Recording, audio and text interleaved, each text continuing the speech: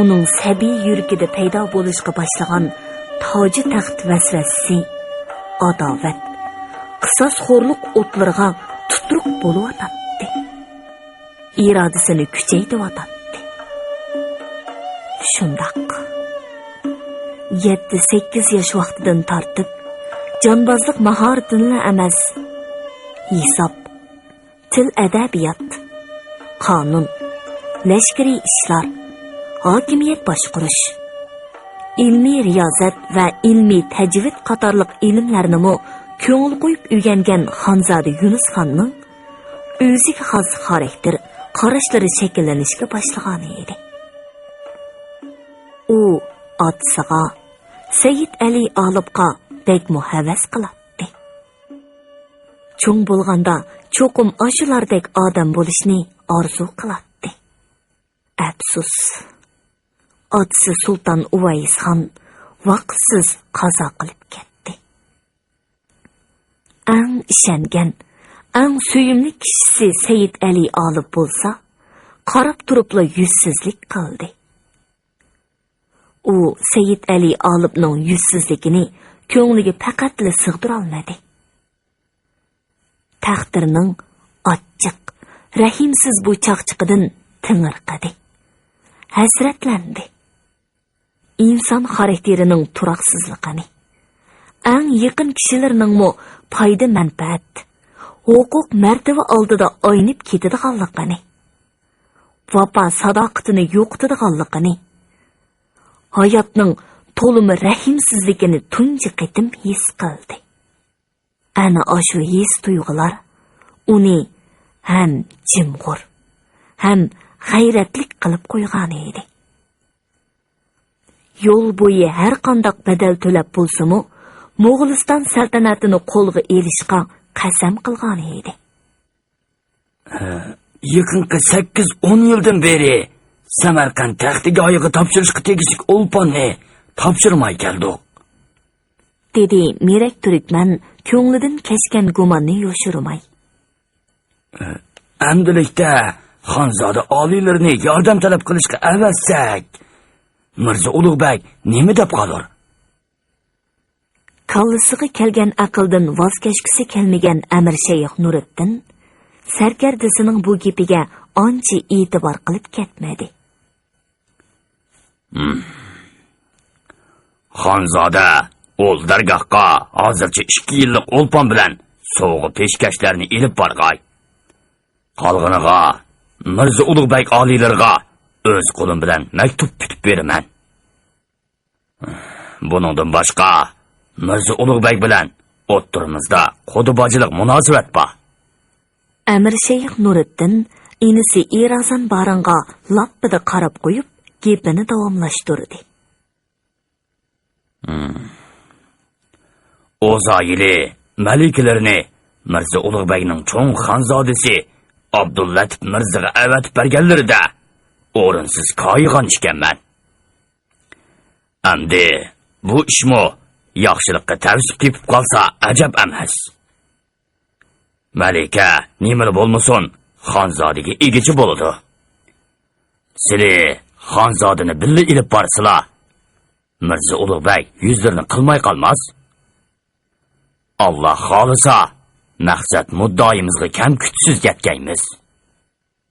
Irazan Barin Mirzo Ulug'bekning oldiga berishni xohlamadimi yoki Mirzo Ulug'bekning cho'ng xonzodasi bo'lgan kuy o'g'liga yolvorishni hora oldimi?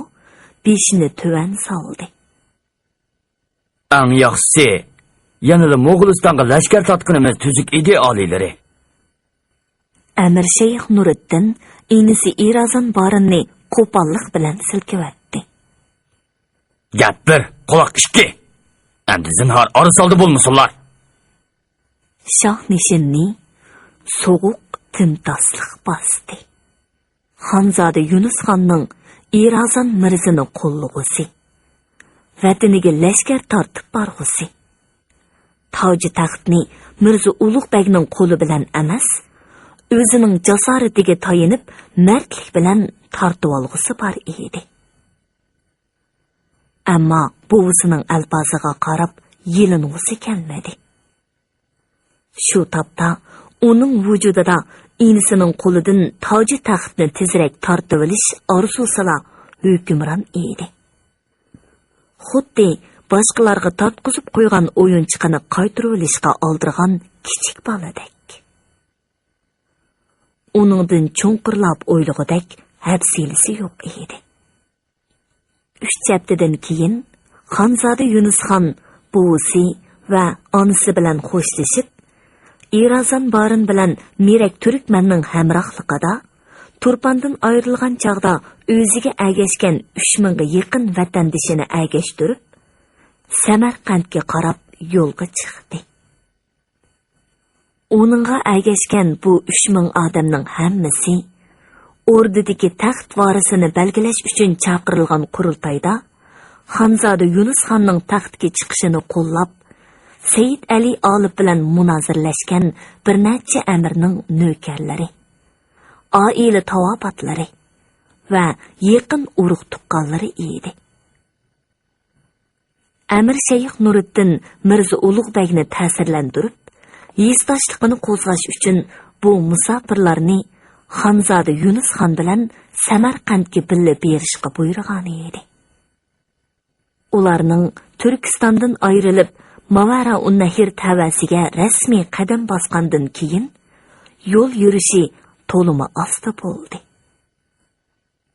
Chunki ular yo'l ustidagi tuman darajalik baglar bilan, shahar viloyat amirlari bilan ko'rishib, Samarqandga berish muddasini tushundirib, yo'l xetiga tomga bostirib mengishi shart edi.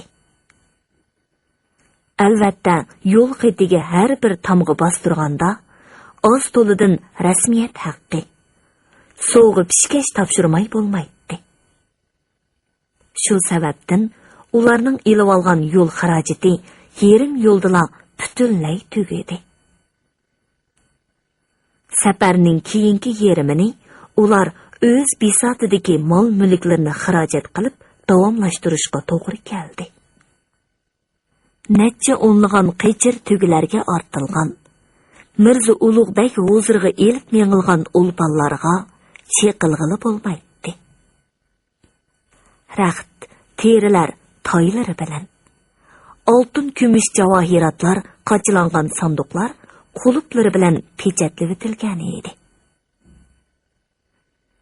3000 ga yaqin odamning 3 vaqtlik oziq tulikini hal qilish to'limi qiyinga tushyotdi.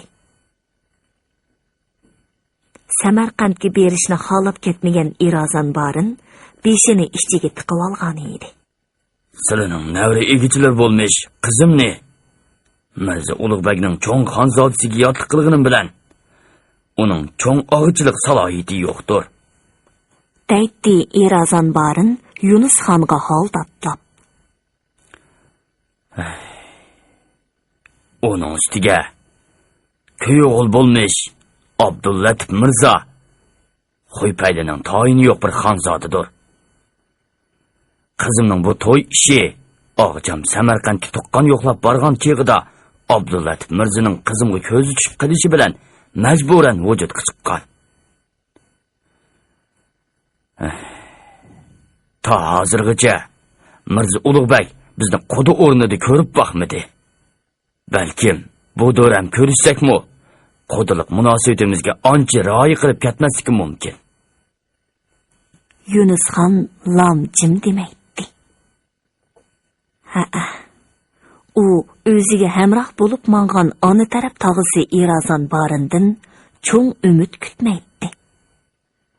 Faqat Mo'g'uliston taxtini qo'lga elish uchun Mirza Ulug'bekning yordamiga tayanmasa, bu katta ishni vujudga chiqarg'ili bo'lmaydiganligini tushunib yetgan edi.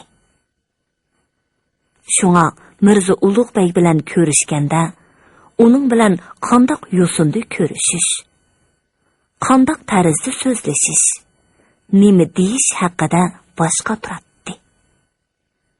Demakchi bo'lgan gaplarni ko'nglida pishirib olishga tirishadi. Yunusxon hamrohlari bilan ana ashundoq jafoliq yo'l besib, Samarqand shahrining bozog'isiga bir to'g'ram nonga zor bo'lgan holatda aran yetib keldi. Shu kunlarda xonqa selish bahonasi bilan rasadxona qurilishiga to'sqinlik qilayotgan Ишан shayx Nizomiddin Xomush bilan qattiq ozorlashib qolgan Mirzo Ulug'begning ko'ngli to'limi parakanda edi.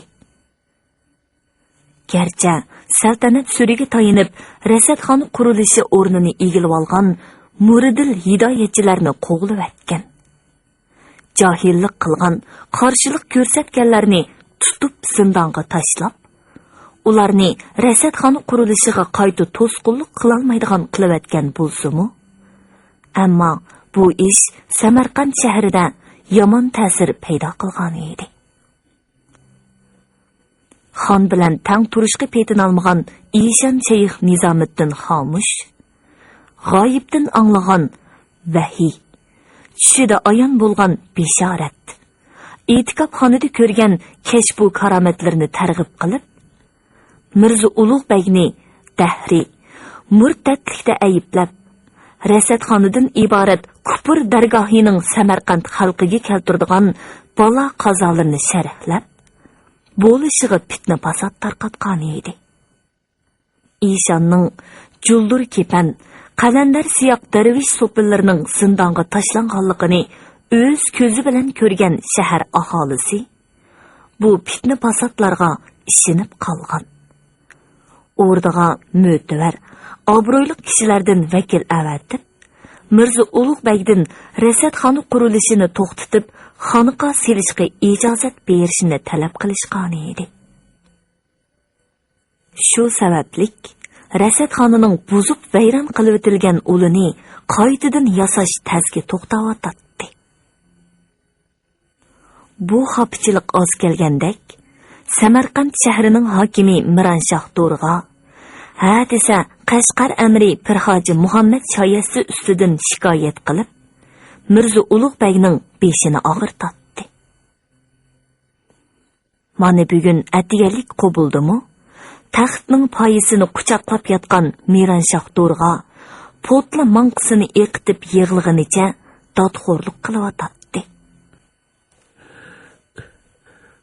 Adolatlarga sig'inmoqdan boshqa ilojim yo'qdir, ana hazratim. Bizga ega bo'lg'aylar. Ol Pirhoji Muhammad Shoyasda inim Sodiqxonning Mo'g'uliston xoni Uvaysxonni o'ldirib ko'rsatgan ajr to'kpisiga hasadxo'rlik qilib, xon yorlig'i bilan Qashqarga kelgan inimning lashkariy huquqini cheklash, o'rdadagi izzat obro'yining o'sib ketishining oldini olish uchun Qashqarliklar bilan ostirtdan til biriktirib, inimning hayotiga qasd qilgan.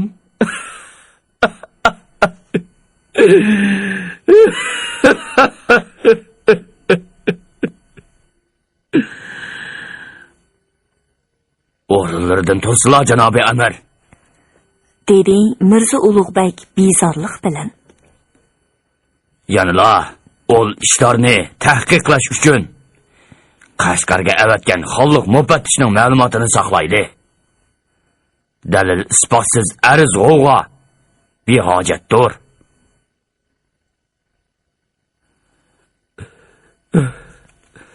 Dalil isbot mana muborak nazarlardan o'tkazgaylar, dedi Miranshah Do'rg'a qo'ynidan purlishib ketgan bir parcha qog'ozni elib. Bu marhum jannat makon inim Sarkarda Sodiqxonning kamina og'isiga yo'llagan shaxsiy maktubidir. Maktubda yozilishicha, Pirhoji Muhammad Shoyasda Qashqarlik qotil Qorqul Ahmad Mirzaga haj safariga xarajat qilish bahonasi bilan xazinadan nurg'un oltin kumush bergan ekan. Endi bildikki, bu hargizmi haj xarajati emasdir. Pirhoji Muhammad Shoyasda mushuni bahona qilib ochiq oshkor qotil yollagan. Ol badbaxt qotil bir Hoji Muhammad shoyasi bergan oltin kumushni olgandan keyin Makkaga safar qilmagan. Oradan uzun o'tmay lashkarga yoshirin kirib, elimning jiniga qasd qilgan. O'ylab baqsullar oliylari, bir Hoji Muhammadda kuchli uylanchiq bo'lmasa, shunda qilishga petini olarmidi? Ha?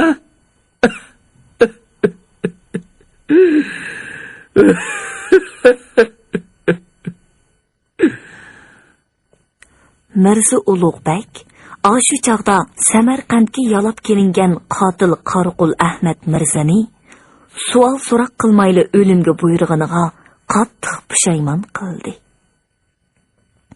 Biroq Sa'dxonning Qashqar amri Pir Hoji Muhammad shoyasta ustidan shikoyat qilib yozgan bu shaxsiy maktubi bilanla bu qotillikning ustidan hukm chiqarish, Pir Hoji Muhammad shoyastani jazolash uncha oqilonalik emas edi. Shu chog'larda Mirza Ulug'bek har ikki amrining bir-birining ustidan shikoyat qilib yozgan arizlarini topshirib olgan edi. Har ikkilisining bir-birini ayblab ko'rsatgan o'rinli sabablari bor edi. O chaqda Mirza Ulug'bek buni ikki amrning o'ttirisida yuz bergan kichikina surkilish deb ancha parvo qilib ketmagan edi. Amdilikda Asiyoda rasadxona qurilishida qolgan Mirza Ulug'bekning bu qotillikni shaxsan tahqiqlab, mulohiza yurgizishga hafsilisi yo'q edi. U Qashqarga avatgan ordu mufattishining tekshirib chiqargan yakunini kutishni, shuningga qarab, ondan hukm chiqarishni ko'ngliga pukkan edi. Biroq Miranshah Do'rg'a 2 kunda bir g'ovg'a ko'tarib, yig'lab dard to'kib, Mirza Ulug'bekning ko'nglini parakanda qiladi. Albatta, Mirza Ulug'bek Miranshah Do'rg'ini ayblamaydi. Sabrchanlik bilan nasihat qilishga majbur bo'ladi. Qashqar Mirza Ulug'bekning yana bir bosh og'rig'i bo'lib qolgan edi. Shundaqdimi u Qashqardan hargiz voz kechmaydi. Qashqardan iborat bu katta shaharni tasarrufiga elib, hukmronlik qilish xonlik saltanatning obro'yini yuqori ko'tardi deb hisoblaydi. Har qitim Hirotdagi dadasi Shahrux Mirzaning ordusiga borganida, Hirot amirlari oldida Qashqarni tasarrufiga olganidan maqtanadi. Shuningdek, uning nazarida dunyodagi yegona degudek obida qurilishi hisoblanadigan rasadxona bino qilishmi, ilm ahlilari oldida maqtangudek katta ish hisoblanadi. Ammo Mirza Ulug'bek rasadxonani maqtanish uchun emas, o'zi ishtiyoq bog'lagan, butun vujudi bilan berilgan tadqiqotlari uchun soldirib rasadxona qurilishining ha deganda to'sqinlikka uchrashi, Ishon Shayx Nizomiddin Xomushning fitna fasod tarqitib avomni qutratishi, Munu Miranshah Do'rg'ning bo'lsa, xonning g'imini yengillatmakda yo'q, ha desa Qashqardagi Pir Hoji Muhammad shoyasi ustidan shikoyat qilishi uning qattiq ichini pushirgan edi. Shu topda Mirza Ulug'bek Miranshah Do'rg'ini silkivetishdan o'zini aran tutib o'ltiradi. Olam panohimizga ma'lum bo'lg'ay. Shahnishinga kirib kelgan Hödaychibekning ovozi Mirza Ulug'bekning diqqatini chechivatdi. U nazarini Miranshah Do'rg'idan Hödaychibekka og'dirdi. Nemish? O'zini Mo'g'uliston xoni Sulton Uvays xonning cho'ng xonzodasi deb atib olgan Yunusbek ismli bir yigitcha oliylarga aytadigan arzim bor deb shahar sirtida saqlab yetibdi. Mana arz qo'rdan yana bir paydo bo'ldi. U shuncha yiroq Turpon shahridan nima deb kelgandi? Dadasining o'limi uchun arz qilib kelganmidi ya? Rasululloh Sulton Uvays xonning xonzodasi bo'lsa, qabul qilmay bo'lmaydi. O'zi yolg'izmikan? Yo'qsa qibdigoyim, yanida 2-3 mingcha odami bor. Hammasi Mo'g'ulistonlikdek qiladi. Yana texi Turkiston amiri Amir Shayx Nuriddinning 2 elchisimi birga kelibdi. Ular adolat panohimizning taxtigoyini seg'inib, o'lpon ilib kelganmish. Necha yildan beri bizga itoatkorlikni sunishdan boshlatgan Turkiston amirining to'yiqsiz o'lpon topshirg'isi kelib qopdi-ya. Ha, ras. Esim qursin. Kuyug'li bo'lmish ol Sulton Uvays xon qazo qilgandan keyin yo'lanchikidan ayrilib, biz bilan qaytadan orini yaxshilamoqchi bo'pti-da. O'lpon topshirishdan boshqa muddaosimi bordir balkim. Ol Turkiston elchilari o'rdaga kirib, saroy sirtida saqlab turg'ay. Mo'g'uliston xonzodasi Yunus Bagni huzurimga boshlab kirsinlar. deb amr qildi Mirza Ulug'bek. Mo'g'uliston xonzodasining o'rdaga qadam besishi yaxshilikning beshorati emasdir, oliylari. dedi Miranshah To'rg'a o'rnidan turib. U inisini o'ltirayotgan qashqarliklarga, xususan barliq Mo'g'ulistonliklarga qattiq adovat tutgan edi. Uni qabul qilmayla, tasarrufimizdan qo'g'lab chiqarganlari afzal edi. Mirza Ulug'bek o'y fikrini bilib baxmoqchi bo'lgandek, boshqa amirlarga qarab qo'ydi. Shayxul Islom Burhoniddin ko'zini yerim yumg'inicha tasvir sirib o'ltiradi. Lashkari divonning amir kabiri Amir Sulton Jandar gap qilish uchun og'zini o'mallab yana to'xtab oldi. Qori divon begi, ishq og'isi, o'rda yasovullar amiri qatorliq yuqori darajalik amirlarning chiroyidan Miranshah To'rg'ining so'zini quvvatlaydigandek bir xil ifoda chiqib turadi. Odatda to'limi so'zman, xondan boshqalarga oltirib gap bermaydigan Xo'ja Sharif Qashqariyning chiroyi totirib ketgan edi. Ha-a. Mo'g'ulistonga oid har qanday xabar uni ana o'shundoq vahima, tashvishga selib qo'yadi.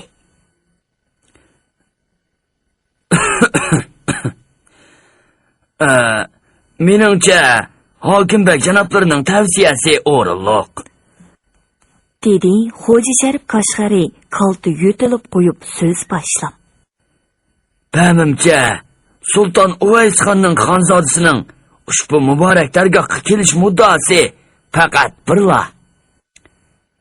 U dadasining o'limi uchun da'vo qilmoqchi. Janobi Qibligoyimning bundaq ishlarga e'tibor qilmagani afzal. Xo'ja Sharif Qashqariy bir tarafdan Miranshah To'rg'ini qo'llab uningga xushomad qilsa, yana bir tarafdan Xonzoda Yunus xon bilan ko'rishib qilishdan o'zini qochirib o'tadi.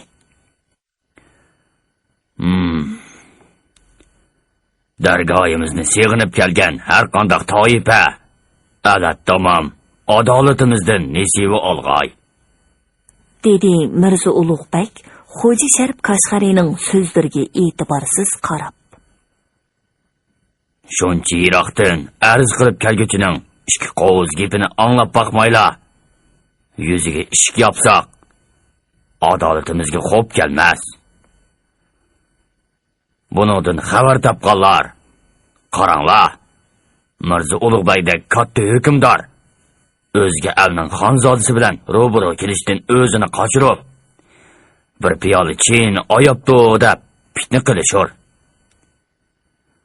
Avval nima deydiganligini berib boqayli. Miranshah To'rg'a noroziligini ifodalab tumshuq so'zdi. Lekin yana gap qilishga petin olmadi. Bir cho'gin choy qaynimichilik vaqt o'tganda, Xonzoda Yunus xon o'daychi bakka agishib, saroyga kirib keldida, hashamatlik taxtda o'ltirgan Mirza Ulug'bekka o'ng qo'lini ko'krigiga elib turib salom berdi. Assalomu alaykum. Va alaykum assalom. dedi Mirza Ulug'bek salomini o'ltirgan petichili ilik elib. U Yunus xonning qo'l bog'lamay erkin ozoda turg'uniga alohida diqqat qildi.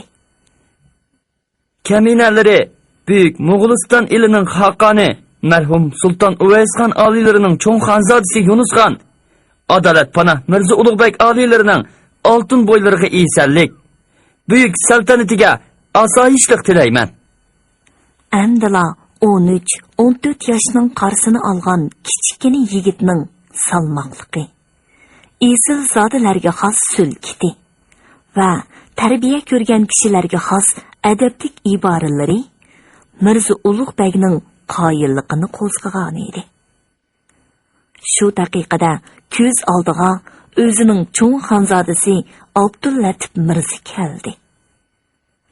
Ha, Abdullatif Mirza Yunus xondan bo'y bastimi, yosh quramidimi cho'ng edi.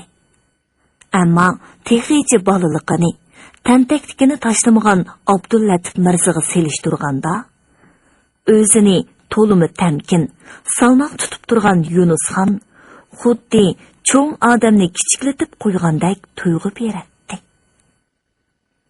Mirza Ulug'bekning vujudini birdilla hasad chulg'ib oldi.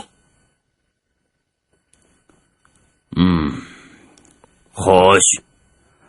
Xonzodining shuncha yiroq joydan haraj tortib dargoyimizga kelishining boisi nemikin? Gerçi kaminalari martibasiz xonzoda bo'lsammi, oliylari izzat ko'rsatib, bol dargohga qadam keltirishga ijozat bergan ekan. Albatta, o'ltirishga joy berish kerak qo'dayman. Mehmonga joy ko'rsatish ushbu izzatning jumlasidan ekanligi oliylarining esidan chiqib qolgan bo'lsa kerak. Mirza Ulug'bek Yunus xonning bundoq deyishini xiyolg'imi keltirmagan edi. U Yunus xonni odatdagi bir aristot aytib kelguchi hisoblab xatolashganligini, uning bir kichik bola bo'lsa-mu, yanala xonzoda ekanligini his qildi-da, xijil bo'ldi.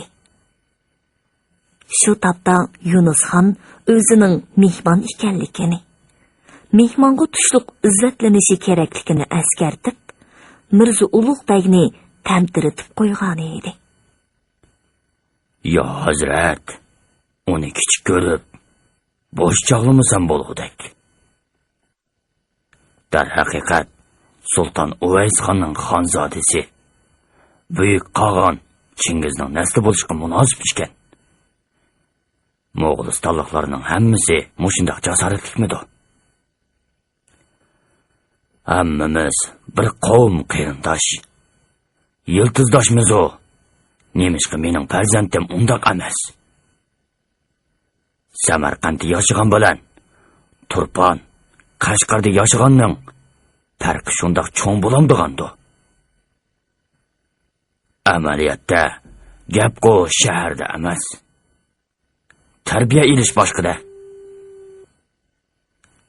Farzandim bundoq bo'lganiga qaraganda Sultan Uvaysxonning o'zi qandaqroq kishi bo'lg'aydi. Aşı vaqtda uning menga qon qarindoshlikni, nasabdosh, yiltizdoshlikni samimga silib yozgan xatiga e'tiborsiz qaramasam, ko'rishib, didor muloqotda bo'lsam bo'pti ekan. Xonzodiga joylasanglar, dedi Mirza Ulug'bek. Xonning Yunus xonga alohida irtibot ko'rsatganligiga norozi bo'lgan Miranshah Durg'a ta'tir qarab oldi. Xo'ja Sharif Qashqariyning beshi bo'lsa, maydasiga tushib ketgan edi. Adolat Panah xon oliylarining himmatiga tasanna.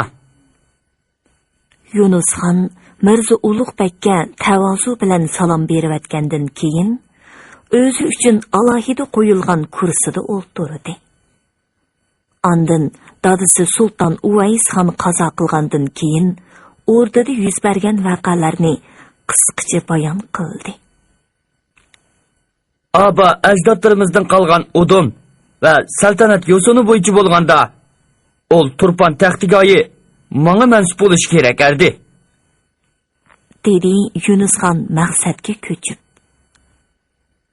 Biroq jannat makon xon otamning yaqin mahramlari bo'lmish Ulusbegi Mir Muhammad Shoh bilan Amir Kabir Said Ali olib o'z jamoatidan bo'lgan inim Isom Bug'axonni taxtda o'ltirg'izib saltanat yo'sinini buzdi.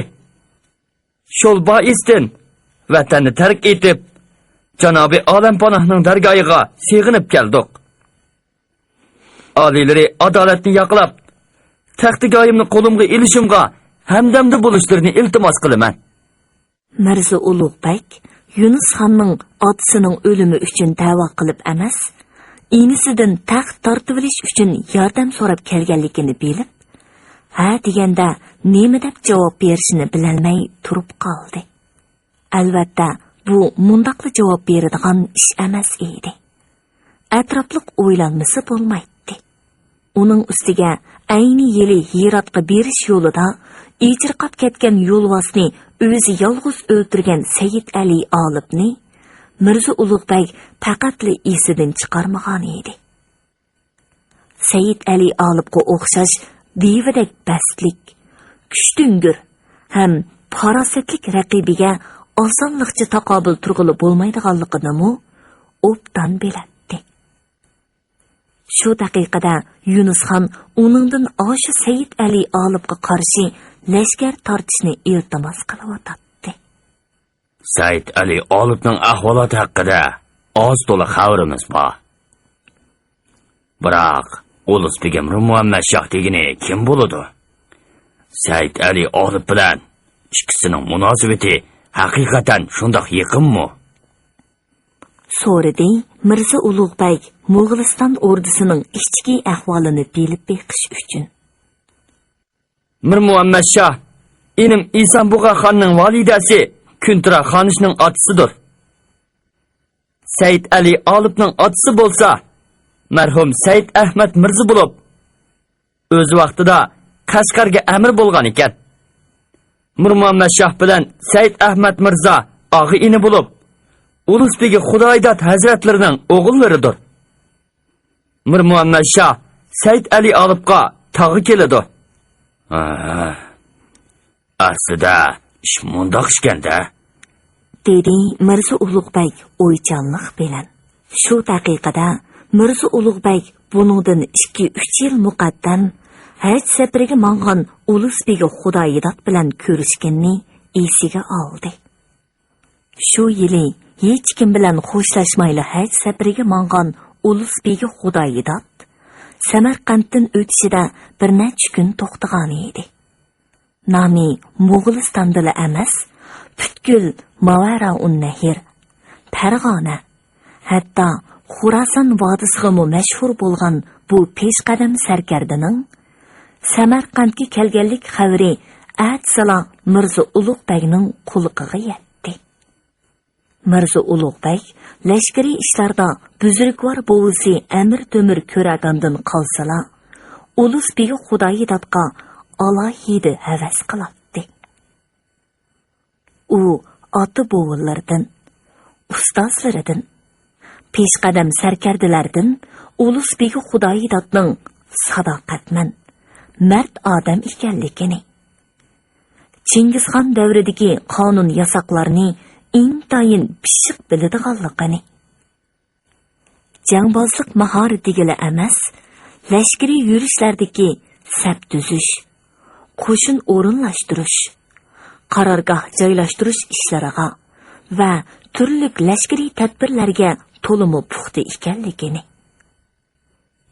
Tug'luq Temirxon vafot bo'lgan vaqtda tog'isi Amir Qamariddin Tug'luq Temirxonning 18 xonzodasini o'ldirib isyon qilganda, hayotining xavfga uchrishiga qaramay, Tug'luq Temirning eng kichik xonzodasi Xizr Xo'jaxonni qutuldirib, tog' o'nkirlarida, cho'l jaziralarda 12 yil yoshirib, Amir Qamariddin o'lgandan keyin Tug'luq Temirning taxtiga o'ltirg'izganligini. Shu yo'sinda Tug'luq Temur avlodidan Sulton Uvays xonga kelgicha 6 xonzodani parvish qilib taxtga o'ltirg'izganligi. o'zi bo'lsa ularga sadoqatmanlik bilan xizmat qilganligi haqida nurg'un yaxshi tarifini, fazilatini anglagan edi. Shu sababdan qalbining bir yerlarida, kunlarning birida Ulusbek Xudoydat bilan ko'rishib, didor muloqotda bo'lish orzusi bor edi. U Amir Xudoydatning Samarqandga kelganlik xabarini anglash bilan darhol Ulusbekga tushkun qilgan saroyga berib salom berdi. Hurmat, ehtirom bilan o'rniga taklif qildi. Hurmatli radio anglag'uvchi do'stlar. Yozuvchi Yosinjon Sodiq Cho'g'lonning Bahodirnoma nomli 6 qismli tarixiy romanining 2-qismini bugun mushagicha anglatdik.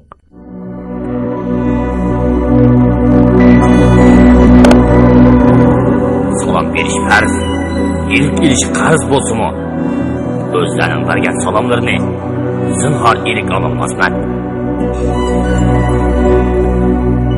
Mana bu Turkiston amirining oliylariga yozib bergan maktubi. Muborak nazarlaridan o'tkazgaylar. Bu jonda nadim oshunda ahmoqona ish bor ekan. Men Mirzo Ulug'bekni kim chaqlab qopti? Ha?